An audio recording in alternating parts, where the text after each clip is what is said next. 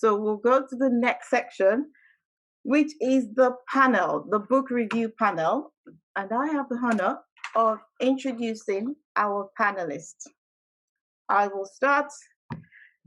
Here you go. Okay, so on the panel, we have Aisha Adams. Aisha Adams is the founder of Siddiqa International and the Support Lounge. She is also the brain behind My Street Kitchen Project, which has catered to over 97,000 people across Nigeria. Aisha is a serial social entrepreneur, author, transformational coach, and a trained public speaker. And then we have Warda Abbas. Warda is a lawyer, a writer, and a storyteller based in Nigeria. She's a social justice activist who is especially passionate about the rights of Muslim women. She runs the Mango Wordcraft, a storytelling company for individuals and businesses. You can read more of her work on Twitter, and that is at Warda Abbas. That's her Twitter handle. Aisha Animashal. Aisha Animashal is a writer whose work centers on the experiences of Nigerians, especially Nigerian Muslims, in the spaces where mental health and spirituality meets. Areas of interest in advocacy are mental health, disability and ableism, and gendered Islamophobia. Tope Fatipesi is another member of our panel. Tope is a social entrepreneur and an agribusiness lecturer at the University of Maryland, College Park in the USA. She created and hosts Impact Africa's radio and CEO programs that inspire and enable personal and community development in Africa and Africans. She's also a best-selling author. And last but not the least, the man amongst them, sir, is Shamsuddin Giwa, who is a motivational speaker and relationship consultant. Shamsuddin specializes in modern communication tools. He has written screen adapted series and journals and is an active social media influencer, offering daily discussions as well as private platforms to seek well-checked spouses. Thank you. Those are our members of the panel, and I will now hand over to Aisha Animasha, who will be moderating this panel review. Over to you, Aisha. Assalamualaikum. Can you hear me? Yes, we can. Okay, alhamdulillah. Deeply grateful to be here and to be moderating this amazing session. So I'm just going to dive right into it. I would start with Sister Aisha Adams. I'm a bit biased. Let's start with you. So Sister Aisha, keeping your spoilers to a minimum, just tell us what was the most fascinating, aspect of the book for you. Okay, so I would like to talk about the love story. So I like the love story. So I like the way she was going through trauma, and at some point the healing was facilitated also by the relationships and by the relationships that she got involved in. Because I think that when she got involved in one of those such relationships, she started to take active steps towards healing, consulting her therapist and all of that. So yeah, I liked that part. I also like the fact that she talked about trauma in a very laid back way. So you're reading the book and you're not really connecting with trauma, but there is trauma sprinkled across the entire book. And so it helps us to face up to the reality of trauma in our community and in our living experiences that we tend not to pay attention to a lot of the time. I think I'll just talk about those two. Thank you. I'm a hopeless romantic.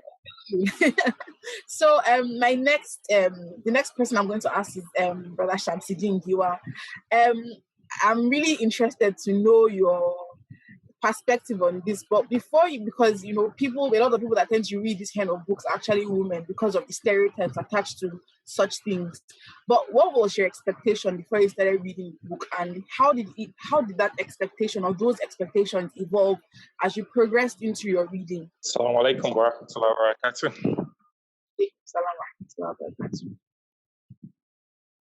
Can you hear me? We Yeah. can hear you. Hear you.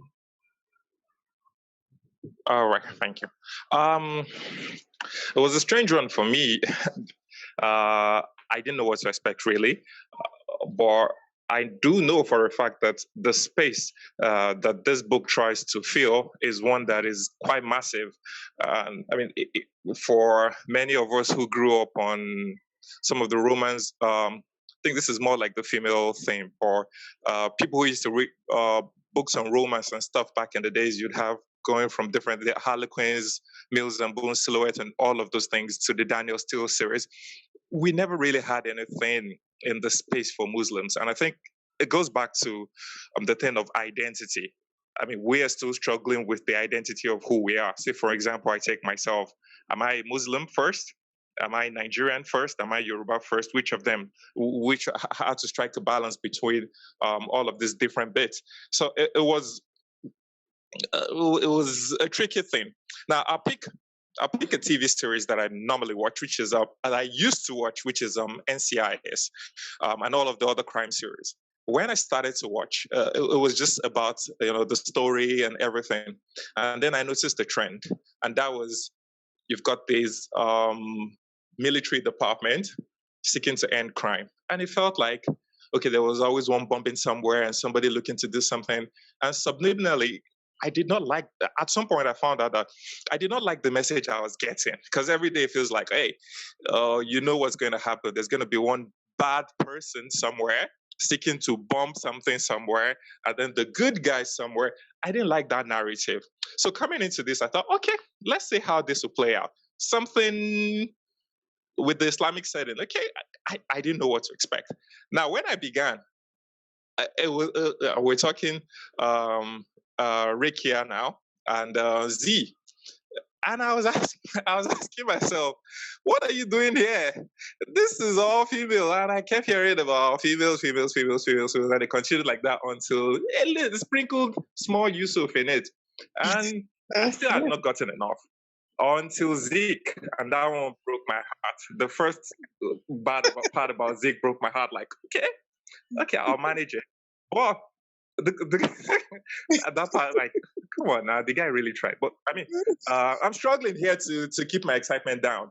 The book took me through a journey that I didn't believe was possible because we were talking about perspectives of females. And I know Rekiya. I know several Rekiyas. I know them because of what I do. And every day I get the stories that, I mean, it's difficult for people to understand when you speak about certain topics. People look at it and they struggle to believe it. They look at you like probably making up stuff. Or this was something from elsewhere. I had to keep going back like, are you sure this is fiction? Are you sure? It felt so real. The words were well, the moods, everything felt properly captured. It felt like 1,000 people, me listening to 1,000 people at the same time, things that I'd heard before over and over again. So it was beautiful. Emotional spikes and dips here and there. But it was amazing. It was an amazing journey. It was an amazing journey. And I think that we need more of this. We need more of stuff like this because there really isn't something out there. So there's this topic that comes up a lot, and people talk about, oh, my love language and my love language. And people who know me know that a lot of times I struggle with listening to that because I keep telling you, I understand with the concept of love language. I do not think that these things were written for us. Yes, some of them will apply to us, but these things were not specifically. They didn't have us in mind. I asked somebody yesterday. I asked about the concept of proposing, and the person said, "Okay, so you have a ring, and then you go on your knee." And I asked, "What part of us includes that?" I get being romantic and all of that, but these things are really not ours. And this book, for the first time ever, and I like to think that I read a bit, and I've read quite a lot of books, fiction. I think for the first time ever, I felt connected. It felt like me, every single bit of it, the things that we went through. Okay, so I attended boarding house growing up, so I could get some of those things. As somebody in the teenage years and the early 20s who had a mixed kind of thing. the struggle with the dean, the everyday life. I think it feels like we cater for the top and we cater for the bottom. We forget about the majority who exist in the middle, the regular short hijab wearing sister out there struggling to grow herself. And these are realities that we live. These are realities that I live in my home. I grew up with, in and around. And it's just a journey. And it feels like nothing has ever addressed it the way this did, because it was coming from two sides. And there was, every time it felt like I was learning something. And in my mind, I'm thinking, so this was that NCIS thing for me again, where you have somebody going subliminally trying to infuse it that there is a Muslim somewhere that's bombing something. So the only difference here is that every time I would see something, and in my mind I'll be like, I saw what you did there. Yeah, you added that one. And then there is a lesson to be learned. If you didn't know what this meant, a little prayer here and there, and there was something. So you'd come out of it. I mean, you didn't go in thinking that you wanted to go learn anything. You thought you were going to go read fiction. But you go in, and then you come out with so much extra knowledge, and you're thinking, hey, did I just go back to school? Because this actually takes you to school while you're having fun at it anyway. But it's an amazing journey. It's an amazing journey. It's all I can say. Thank you for that. That was amazing. Mirrored my feelings about representation, but in a more well put together manner. And thank you so much for that. So, wow, that was amazing. So my next, the next person I'm going to be asking a question is Sister Warda Abbas. I'm a huge fan, and she knows that I am a huge fan. So I'm going to ask her the same question I asked Sister Aisha Adam. What was your expectation before it's very realistic, and how did it evolve as you? Sorry, I meant to say keeping your spoilers at a minimum. I'm so sorry for that. The same question I asked Sister Aisha Adam, but keeping your spoilers at a minimum. What was the most fascinating aspect of the book for you? I don't think I have one single fascinating aspect of the book, because there were so many aspects of the book that were very fascinating for me. And I think the first will be the revelation about how and why Rekiya kind of withdrew from Zainuna. And it kind of showed that most times our environments really, really do influence us in in ways that we could never have imagined. And I could relate to the fact that at a point, Rekiya felt like, okay, she was no longer Muslim enough to be friends with Zainuna. And then Zainuna, who also had her own issues, thinking probably that she wasn't good enough, felt, okay, Rekiya was thinking, I'm not good enough for her. So they just both grew apart from each other without actually caring about why this issue was there in the first place, why Rekiya was withdrawing from her friend. And that was the first part that actually intrigued me, because I could relate a lot on a personal level to that part of the book. And then there were other parts. Another very intriguing part of the book for me was the revelation that I think some of the issues or some of the things that Rekiya went through in the book were very similar to the experiences of our own mother. And in a way, I kind of felt like, okay, was history repeating itself? And then there was this part. Okay, then there's the part that the setting of the book, which is for the major part in Ibadan, was very intriguing. I feel like Muslim fiction set in Ibadan actually reveals a lot. And I like the fact that the author brought out some of the practices of the Muslim culture in Ibadan in the past. And I think some of them are still very much in the present. But I like the fact that she tried to draw a distinction between how Islam is practiced in Ibadan and other parts of the Southwest, and as between the Muslim culture there and what Islam actually is in the book. So I think that's just a few of the many things that intrigued me. But I think almost everything in the book was fascinating, very, very fascinating to me. Thank you so much. I love how you mentioned how she weaved, in and out little subtle things about Muslim culture And it's like Brother Shamsuddin said, rather, it's for us. This book is ours. And Sister Mutia knows that very well because she made it so relevant and personal to us. So thank you so much for that. Then, Sister Tokwe Dania, I stalk you all the time. So, like, I'm a fan, low-key. My question for you is, when, what was your expectation? It's the same question I asked for Shamsuddin, but I really want to know your expectation. I want to know your perspective on this reading because I think you're a very interesting person. So, what was your expectation before you started reading the book, and how did that evolve as you progressed into your reading? Assalamu alaikum wa barakatuh. Good morning, everyone. Well, because it's like 5 a.m. here, so I'm trying to be awake. To be honest, my expectation when I got the book, I want to thank Sister Mutia for sending me the book. And when I got the book and I saw it was 277 pages, I was like, oh my God, like, how am I going to read 277 pages? I was a bit scared because I have the attention span of an ant. And then I told her, I said, please wait until the elections are over. After the elections, I'm going to start reading it. And then I thought, oh my God, 277 pages, small print. But I kept the book beside, one of my prayer things. So every time I would finish Fajr, I'd read it. And I found that I was very excited to read it. I like what everybody has said, but maybe it's the college professor in me who sees everything as a textbook. So as I was reading the book, all I was doing was taking notes of concepts that I was learning.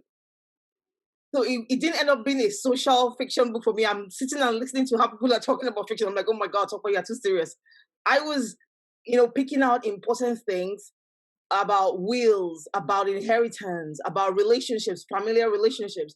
And then I kept thinking about the concept of loss in Islam, not just loss of a parent, like you saw in the book, or parents, but also loss of expectations, loss of relationships, loss of hope, and how you can get that back. And I was thinking about the hadith of Prophet Muhammad Sallallahu Alaihi Wasallam, that he said that the affairs of a Muslim are always good. If something good happens to him, he's grateful. If something that he doesn't really like, he's patient. And I thought about how a friendship was lost and then restored through loss.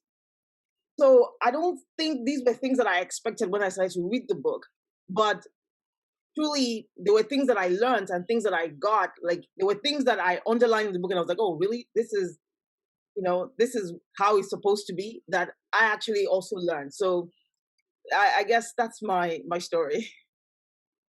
Thank you. So see what I said when I said startup is an interesting person. Thank you so much. I like, honestly, for I think everybody, the commonality with us reading this book is that everybody who has read the book has said, they've learned something. And I think that's very interesting. And it's a hard thing to do as an author because you don't want your book to be like, a lecture. You want people to flow along with the book. So this is why you should get the book.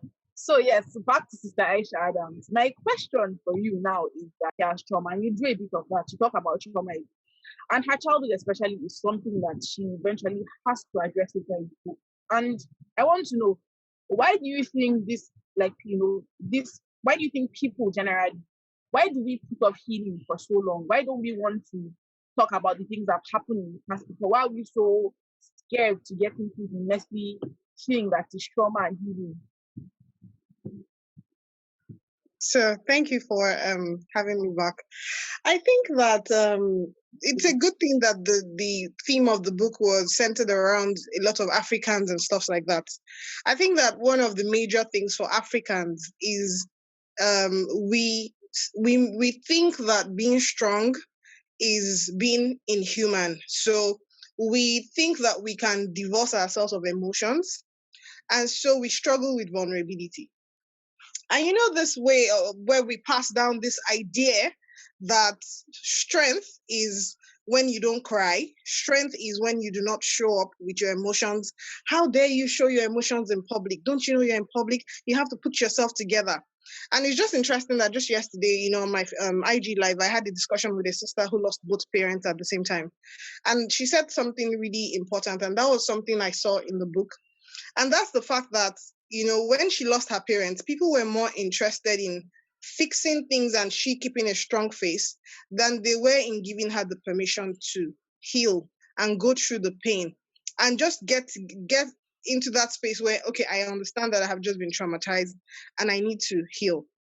And so I would think that vulnerability is really a major thing, because we see vulnerability as a weakness instead of the strength that it really is. And so we do not give people the permission to go through being vulnerable and healing. The number two is that there is also this thing where I don't know why we do it, but your business is my business and I have to speak it all over the news. So I have to be the first person to tell someone that something is wrong with you. And so this gives people this fear of being vulnerable, because they don't want their business to be all over social media. Like, people don't know how to keep their mouth shut and say, oh, I'm a shoulder for you, and that's where it ends. So they're a shoulder for you, and before you know it, your news is all over social media. And so a lot of people have trust issues. They are scared. And so when you even invite them for maybe group therapy sessions and stuff, they're scared because they don't know where their news is going to end up. I think the number three thing is, cultural ideologies. Because we have very funny, for lack of a better word, we have very funny ideologies in Africa. And that makes a lot of people averse to taking up healing that they ought to take up. So now, if someone comes and says, I give an example, someone says, oh, I have childhood, I had adverse childhood experiences, they'll be like, really? You just had that? Oh God, do you know what I had? I had childhood. It's a competition. We have to compete for pain. So the one that has the most pain, don't, how dare you talk? Because, we are all suffering, and so we all have to die here. No, now, we don't have to die in this pain. Life is to be lived on. Life is not you're not just supposed to exist. You're supposed to experience life. And you cannot experience life when you continue to live in a box.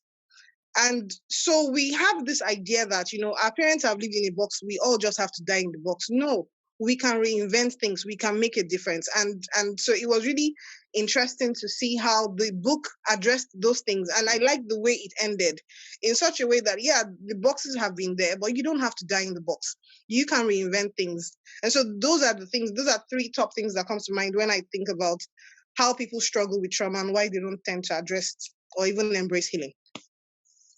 Wow, that was powerful. Thank you, Sister. Shout out for that. Thank you so much. So I'm going to move to Brother Shamsuddin.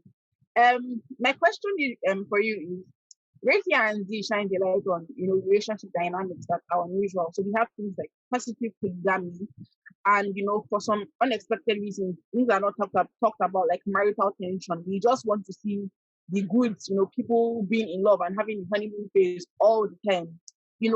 So there was, that kind of thing with Zaina's parents, and divorce in case of Zaina herself, who, I'm not going to spoil the book for you guys. But, we don't see, first, it's not like these things don't happen in our society, as you know. But it's like people don't want to talk about it. We're very cautious about it. So do you think that this book would help bring forth this kind of discussion in Muslim marriages?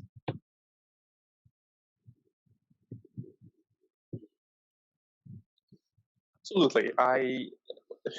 Polygyny is one thing that I struggle with, not from a place of personal experience, but because I have to deal with it every day, and people come in, and sometimes it feels like, because I am the guy, it almost feels like I have to speak up for what hundreds of thousands of men are doing out there, and sometimes I feel attacked even. Now, here is the thing. I had someone recently struggle with accepting me. So the person was very open. They were supposed to come together as a couple, and the person was very open about not digging me. Like, I don't like this guy. And several conversations, and eventually I got to speak with him, and I asked, and he said the case to be addressed was a case of polygyny, and he felt uncomfortable with my views on polygyny. And that gave me the chance to think about it all over again. Like, what exactly are my views of polygyny, especially given that I do not practice it? And what I found was quite interesting. Now, I'm not anti-polygyny. I accept what Islam says about it. However, what I know is that from seeing it, a lot of people do not want to be held accountable for doing it right. And not only does that hurt the people with whom they are trying to practice it, they create issues for the people who they intend to bring into it, and then they make things worse for the larger society and other people who would intend to do it in the future. It's very common, and I can imagine a lot of people here would have experienced this situation where a Saturday morning, and that's the narrative. A Saturday morning, the husband says he has a wedding to attend, and the wife is at home, sometimes even helping to get him dressed and all of that, and then pushes the guy on. He goes. If you're Yoruba, then you know this thing of in-laws coming in, and then they're going there, share and all of that. Like, we have offended you. They come to beg you, and you suddenly begin to realize that the very Saturday in question, you thought your husband was going to attend someone else's wedding ceremony. You didn't know he was attending his own wedding ceremony. And I asked, the concept of polygyny is supposed to grow. It's supposed to grow your home and grow the family. It's supposed to be growth for everybody. But when you said it wrong, I said the first thing as a man, the first thing you need to do to show that you're able to, the first test of polygyny for you to show your capacity and your ability to handle it is how you land it at home. Islam already gives you the permission to do it. But are you man enough to even be able to land it right? Because in doing that, you show empathy and you show true love towards the person at home. At the same time, you lay good foundations for the person you're seeking to bring in. But this does not happen. And for every time this conversation has come up, and I've tried to speak about it, men you didn't think were on the platform will suddenly surface, some will surface in box and go, oh, something, and attack you from, they attack the person living out the message, looking at it like you're just against polygyny. And it feels like a lot of us are not ready to have this conversation yet. And sometimes I look at it like, hey, who is going to join this voice now? Because every time you come out, up until yesterday, I had someone saying, oh, you're a feminist. And in my mind, I'm going, oh, that's supposed to be an insult, right? You're a feminist. I've got 2 daughters, 2 mothers, like I like to call them, sisters and all of that. Why would I? Look, Islam asks me to be a feminist and protect the right of females. And this includes the right of the first wife at home and how I present it to her. Empathy, emotional intelligence. But people don't want to listen to stuff like this. So when you talk to them about, wait, I know that you've got the right to do it. What about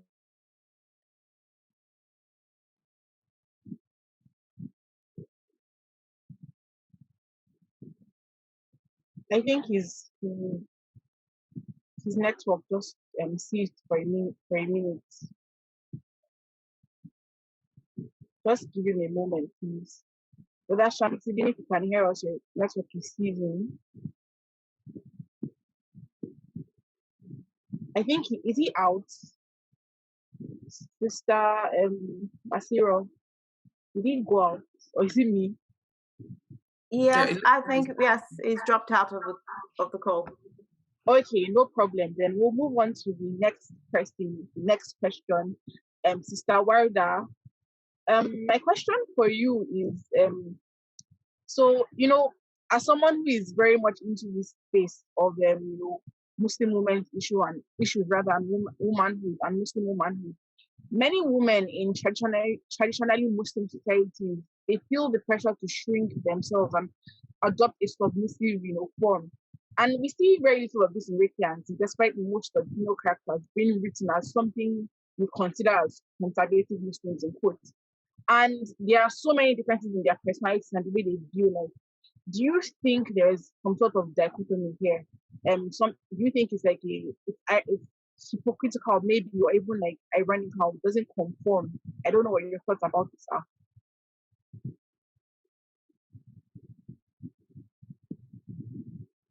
Sawarda, you're on mute. You're on mute. Okay. For the most part, I believe that Muslim societies are primarily viewed as masculine, and that feminine perspectives of Muslims and Muslim societies, especially about the role of women, is richly illuminating.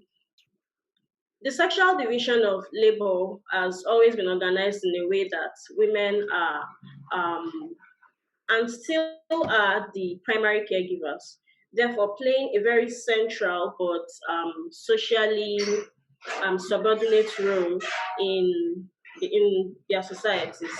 So, and this leads to a somewhat unflattering assertion and a jibe towards the value of who the real Muslim woman is and is supposed to be. And this real Muslim woman, like the real Muslim woman, is someone that has been defined as someone who is content with a subordinate position as wife, mother, and in most cases, especially in southwest Nigeria, a beast of burden, and that she is passive in the face of abuse and she's tolerant in of all forms of infidelity, and that her only real ambition is to retain respectability by laboring for the maintenance of a stable marriage and family and seeing to the satisfaction of her husband's desires. So, in the past, I feel like most African female writers seek to address the plight of women in most of their works.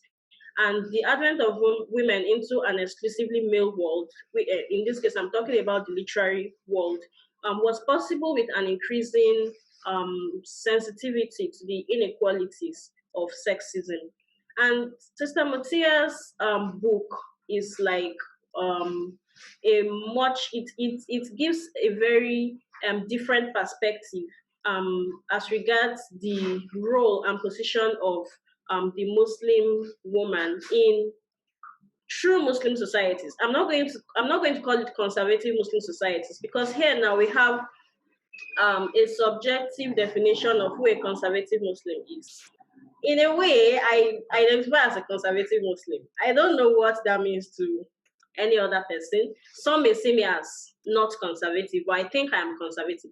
And I feel like there is a very good representation of the real Muslim culture, the true Muslim culture in Rekiya and Z.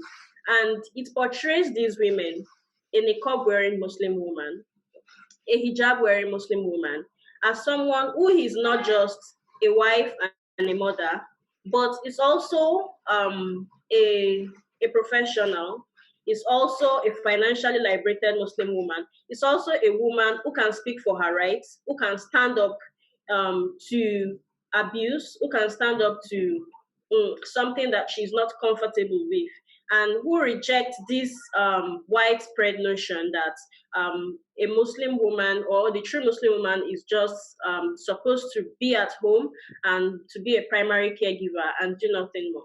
And we see this in the scene where Zainuna stood up to her husband. No spoilers, no spoilers. Okay, sorry.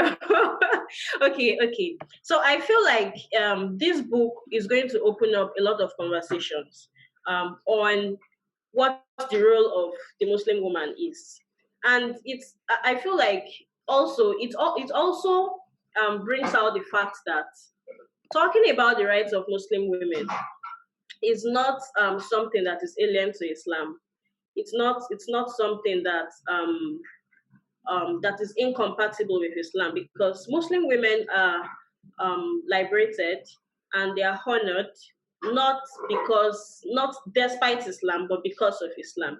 And this is a very, very salient point. This is something that I feel like everybody who picks up the book should be intrigued by, should be able to relate to. And I feel that this should open up conversations on what the role and position of Muslim women is. And I feel like it should begin to trigger a change in Muslim communities as regards the attitudes of Muslims towards Muslim women. Thank you. That was as usual, rather very intellectual and very well put together. Thank you so much, Sister Reda. Our final question is to Sister Tokwe. And my question for you is, characters in Rekiya and Z are seen as somewhat unconventional. we have independent Muslim women who are somehow balancing their family, who truly stand up for what they believe in, but at the same time, they are not fitting into the stereotypes or the boxes that society wants to put them in. And I know that a lot of Muslim women actually struggle with this in real life. They don't know how to balance everything because on one hand they want to live their dreams, on the other hand society wants them to live whatever dreams they have for them. So how do you think Muslim women can actually navigate their identity in both Muslim and non-Muslim spaces without having to box them in a monolith? And that monolith is up to them to define whatever that monolith look like for them. But staying true to your ideals, how do Muslim women do this? Thank you very much. So the I don't know why I'm echoing. No, you're not echoing. You can't. I think she is. Oh, okay. Okay. Can you speak now just to try? All right. I'm still here. Try and I'll just try. This is what I.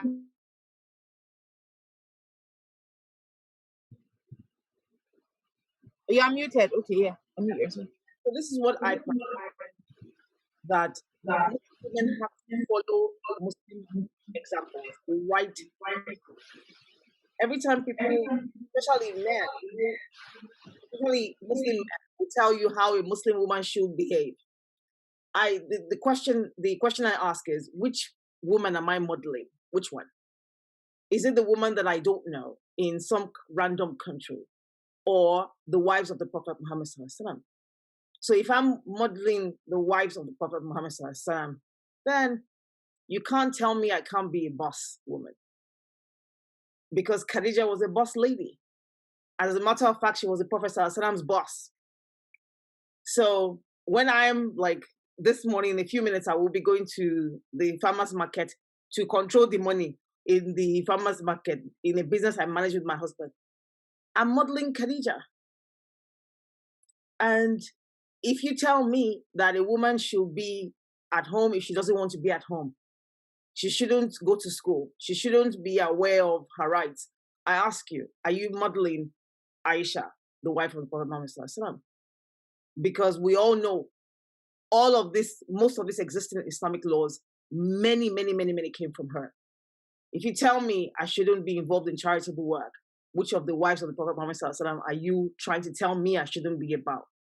If you tell me that after a previous marriage has failed, I shouldn't marry again, I should just end up sitting down somewhere, which of the wives of the Prophet Muhammad sallallahu alaihi wasallam, Salama, all of this, are you telling me that they're not good enough for me to model?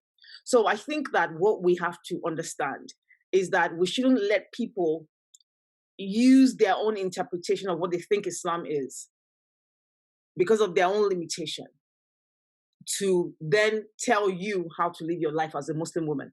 There was a gentleman who came to my Facebook page one day to give me unsolicited advice about how Islam really allows men to beat their wives.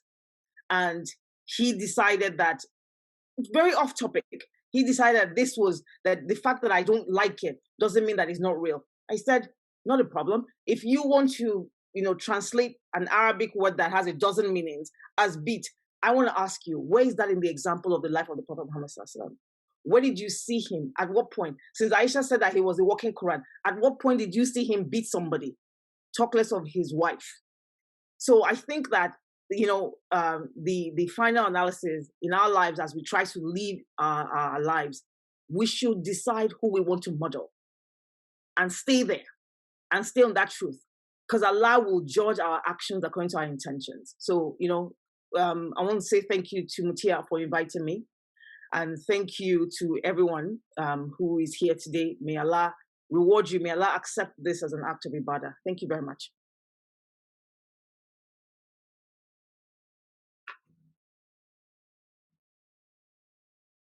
Aisha, you're muted. Sorry, I'm very sorry. I was saying that thank you, Sister Tokwe, and thank you, Brother Shamsidin, if you are back. Sister Warida and Sister Aisha, thank you so much. This has been a very, very enlightening discussion, and I'm deeply grateful for the opportunity to have been able to moderate it. You guys get the book, please. It's amazing. And that's the end. Assalamu alaikum wa rahmatullahi wa barakatuh. Wa alaikum salam wa rahmatullahi wa barakatuh. Jazakallah khairan, Aisha, for moderating, and to all our panelists for a very brilliant conversation. I think we've all gained one or two things from that conversation.